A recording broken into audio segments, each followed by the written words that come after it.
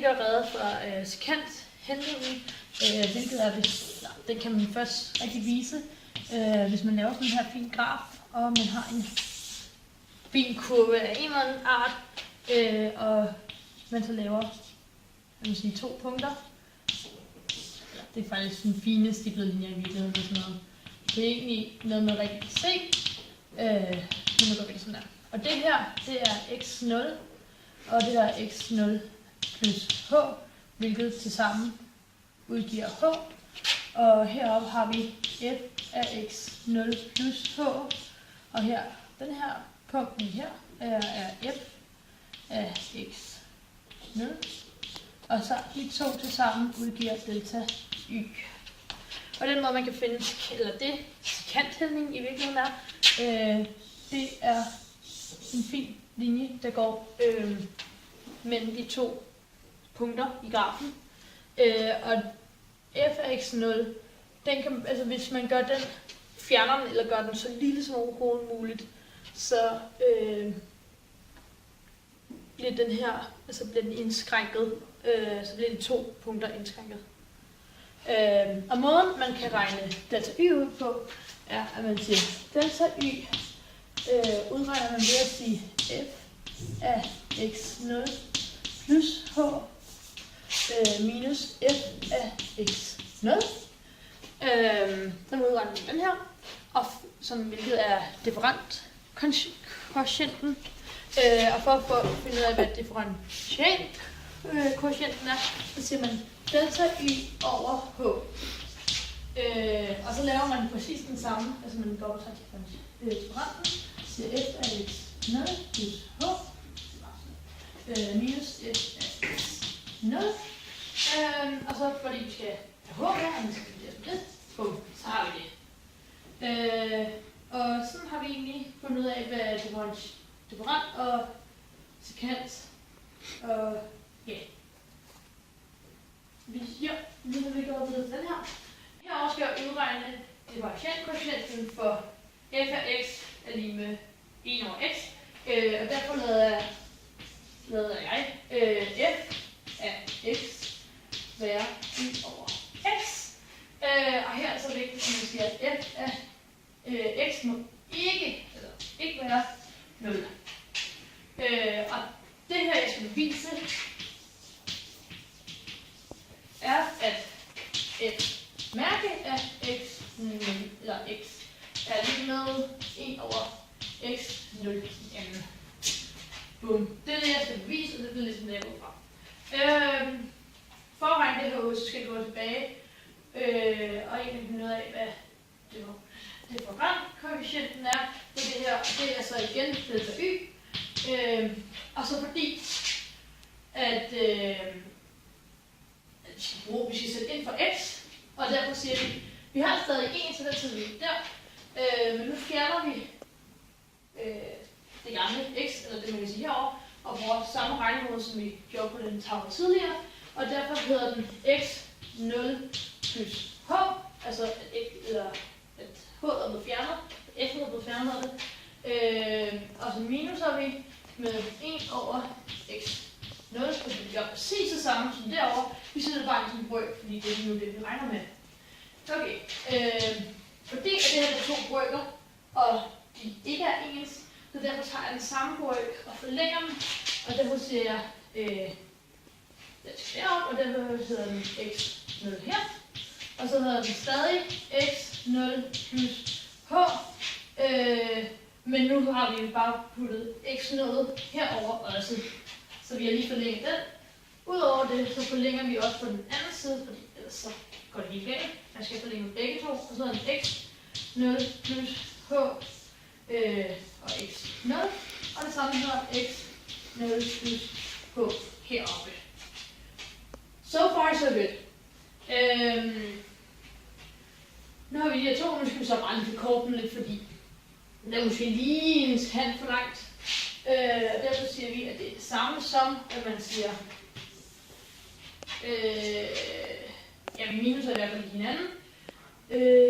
Nu skal vi finde ud af, hvad jeg gør. Bum, bum, bum. Yes.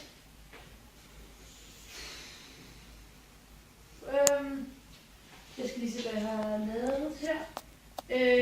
Jo, fordi de så går ud med hinanden, så hedder den x0 minus x0 minus h, fordi vi stadig har h'et her, vi har en minus, der bliver ganget ind her. Så det passer sammen. Men vi har så stadig det samme herunder, fordi vi kan ikke fjerne det. Det er ligesom en anden hjertepokker.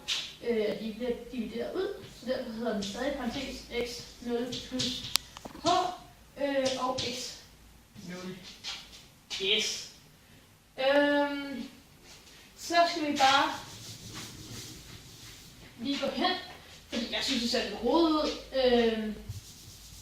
At det her er egentlig det samme som, at man siger, at de her to går ud med hinanden, så der kommer egentlig til kun at stå minus h, og det her, det kommer så ikke til at forsvinde, så derfor hedder den stadig x0 plus h, som ses, er x0. Boom. Så er vi kommet til.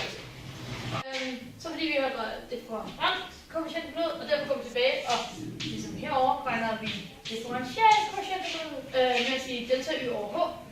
Og igen bruger vi, hvad vi har allerede regnet, minus h over x0 plus h, og så har vi x0 udenfor, og så fordi, at vi skal dividere med x eller h, så skal vi lige have prøvet en h og x med s.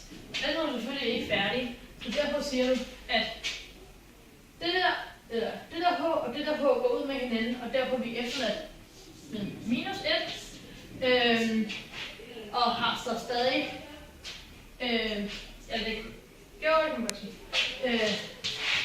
x0 plus h og x0 tilbage.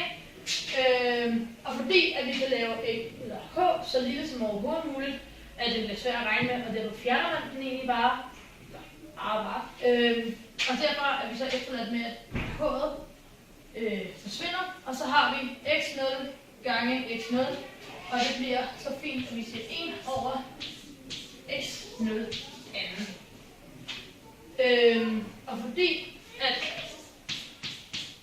for lige at vise det en gang, så skriver vi det, at delta y peger hen mod x0 i anden, fordi at h peger mod 0. Og så er vi egentlig gået tilbage og har udregnet det, som vi egentlig skal bevise med alt det her. Meget langt, men rigtig flot. Og derfor går vi tilbage til noget, vi har lidt ekstra på i den her bevis. Så derfor går vi også over og regner koefficient. Nej, det gør vi ikke. Vi laver endnu en, hvor vi så i stedet for siger, at vi lader f af x være x den hedder x i ende. Det var meget skrevet. X i ende. Hvor man så siger, at n er større, eller n er mindre end 0. Og fordi vi bare skal sige, at det er et helt eller et rigtigt tal, vi regner med, så hedder den n e z. Og det jeg skal vise er,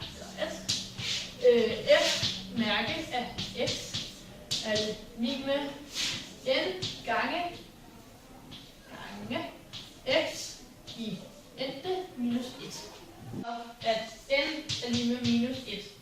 Og derfor skal jeg jo stadig udregne, hvad f af x er, fordi man regner altid f af x ud, før man regner f af mærke af x noget. Og derfor ved jeg så, at den skal hedde f i minus første.